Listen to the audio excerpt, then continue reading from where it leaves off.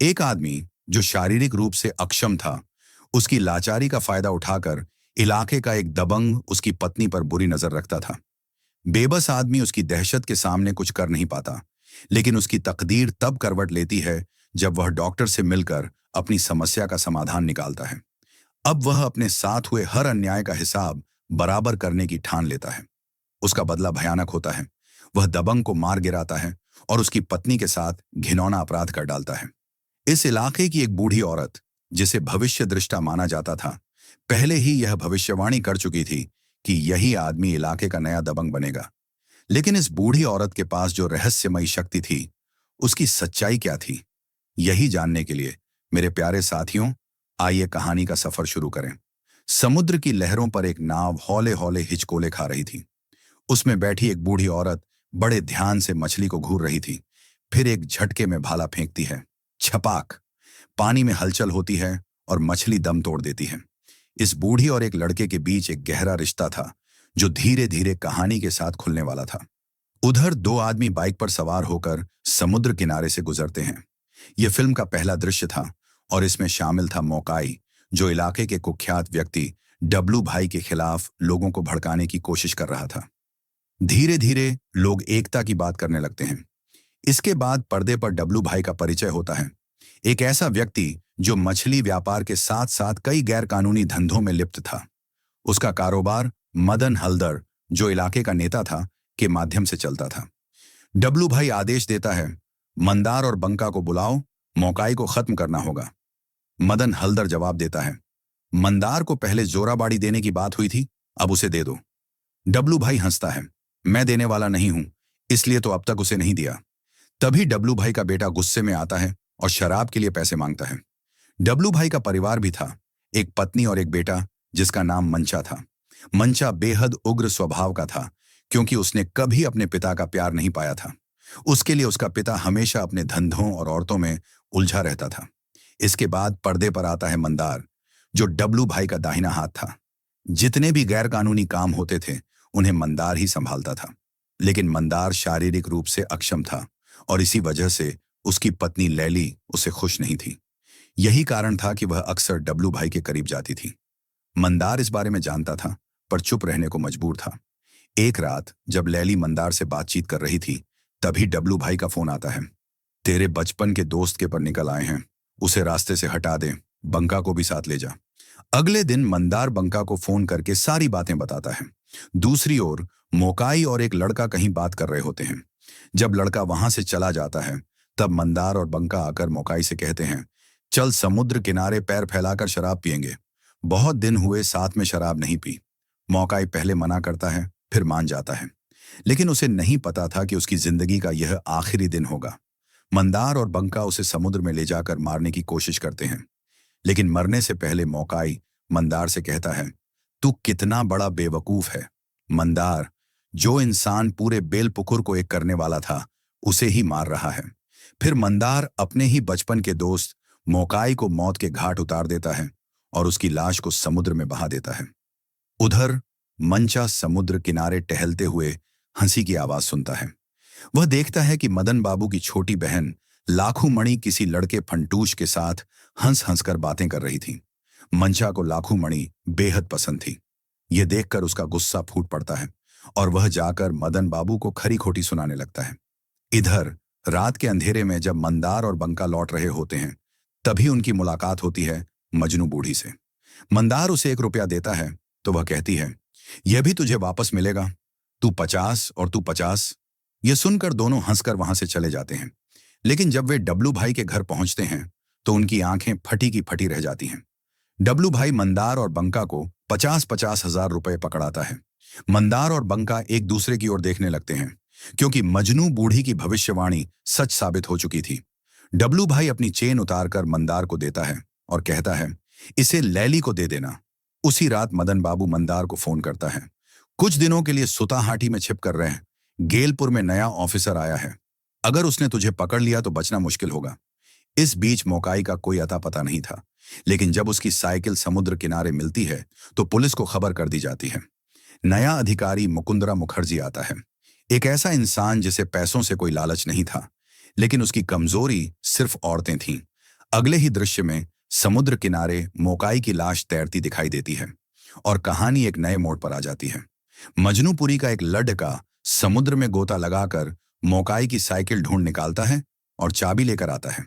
उधर मंदार एक डरावना सपना देखकर हडबडाह कर उठ जाता है।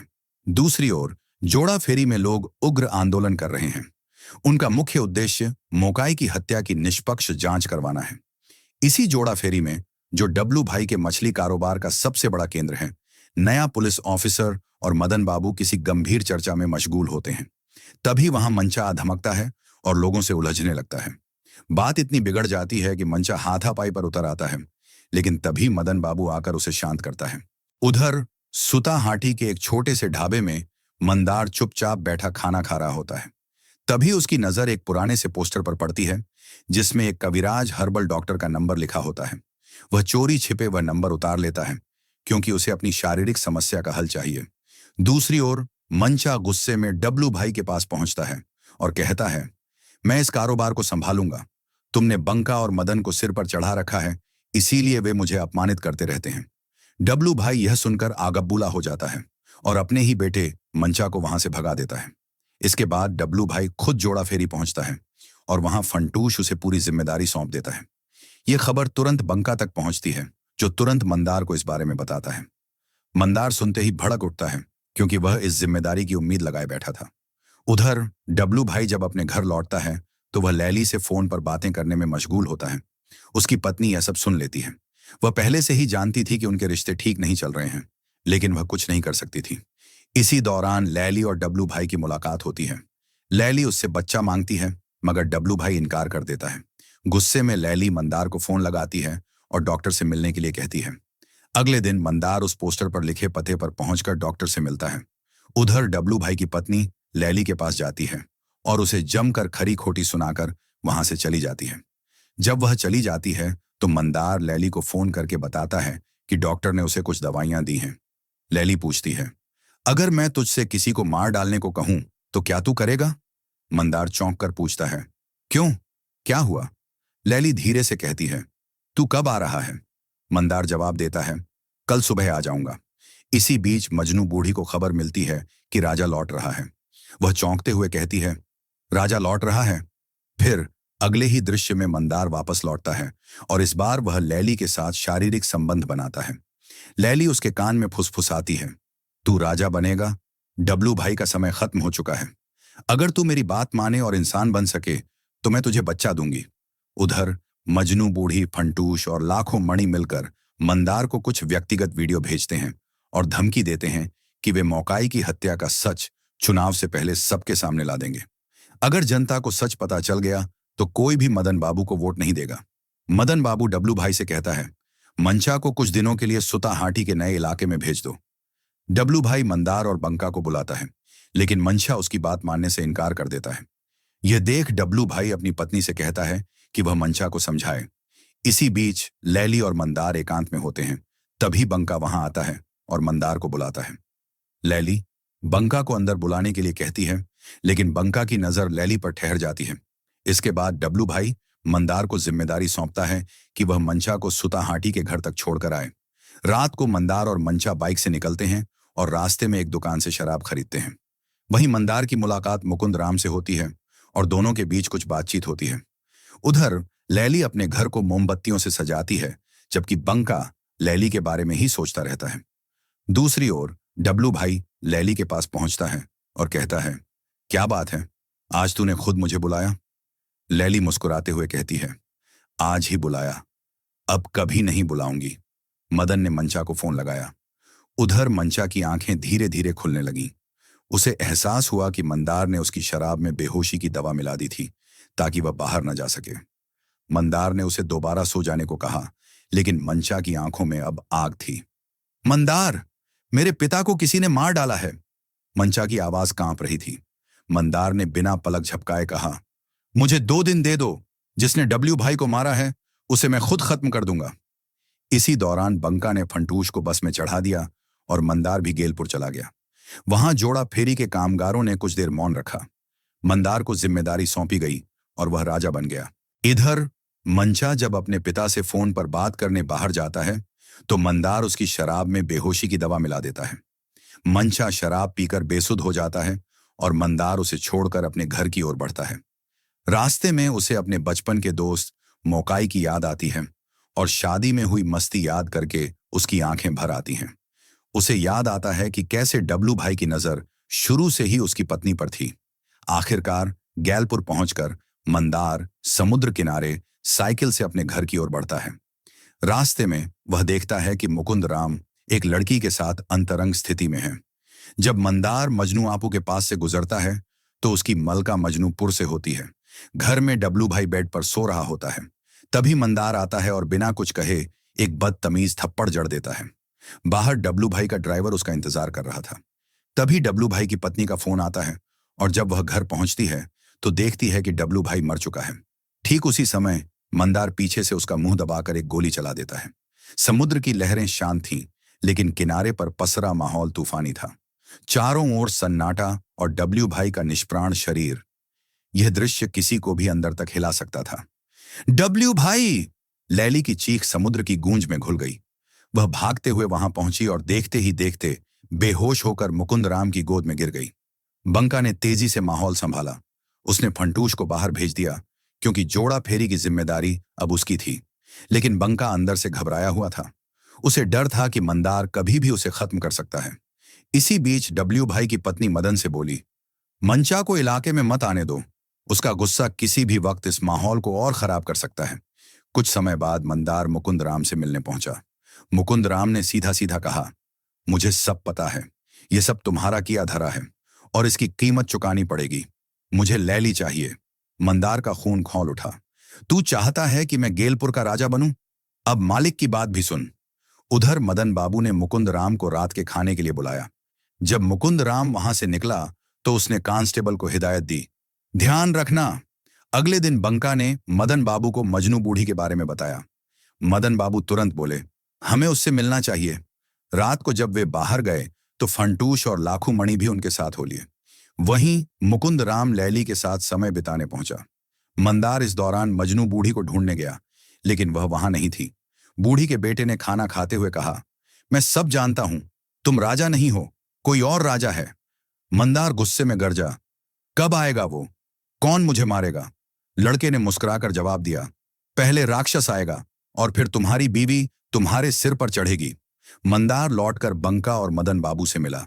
उसी रात जब फंटूश अपनी प्रेमिका से मिलने आई तब मुकुंद राम को सूचना दी गई। उसने मंदार को खबर दे दी, लेकिन इस बार ड्राइवर को फंटूश को खत्म करने का हुक्म मिला। पर हालात बिगड़ गए। मदन और बंका जब घर लौट रहे थे तभी ड्राइवर ने गलती से बंका को ही मार दिया। मंदार शराब में डूबा था, तभी उसे सामने बंका दिखा।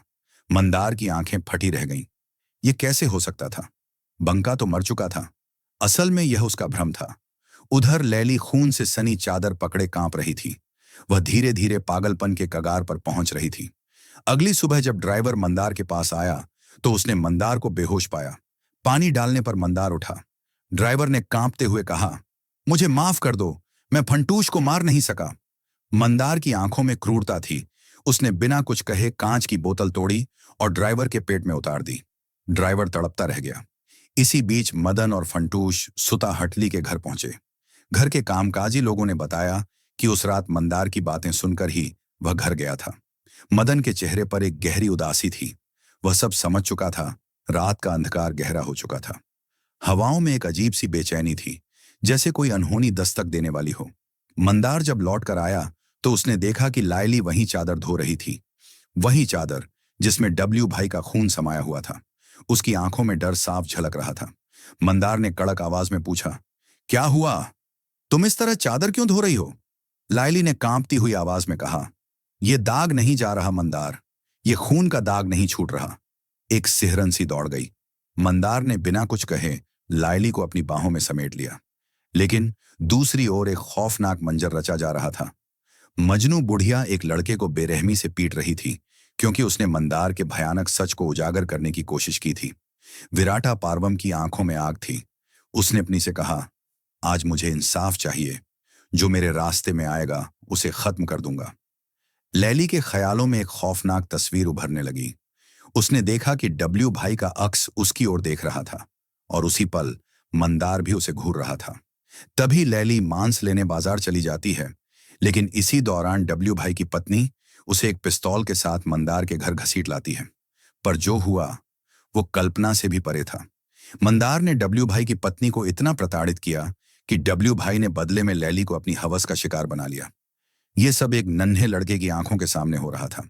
लैली जब वापस आई तो उसने जो देखा उस पर हंस पड़ी, लेकिन उसके चेहरे पर हंसी नहीं थी, बल्कि एक गहरी पीड़ा थी। अंधेरा गहराता जाता है। दूसरी ओर मदन बाबू की बहन ने मुकुंद राम को बुलाया। मुकुंद राम को क्या पता था कि वो एक गहरी साजिश में फंसने वाला है। मदन बाबू और फंटू ने उसका वीडियो बना लिया और फिर उसे ब्लैकमेल कर मंदार को बुलाने का आदेश दिया गया। मंदार, जिसने अपनी हवस और क्रूरता से कई जिंदगियां तबाह कर दी थीं, अब अपने ही अंत की ओर बढ़ रहा था। एक लड़का जिसने मंदार के भयानक सच को देख लिया था, अब उसकी पकड़ में था। मंदार ने उसकी गर्दन में रस्सी डाल दी और उसे पेड़ से लटका दिया। मजनू बुढ़िया चीख उठी, छोड़ दे उसे, नहीं तो कल तेरा बुरा होगा। लेकिन मंदार पर कोई असर नहीं हुआ और फिर लड़के का दम घुट गया। मजनू बुढ़िया की आंखों में खून उतर आया। उसने कहा, तू राक्षस है मंदार।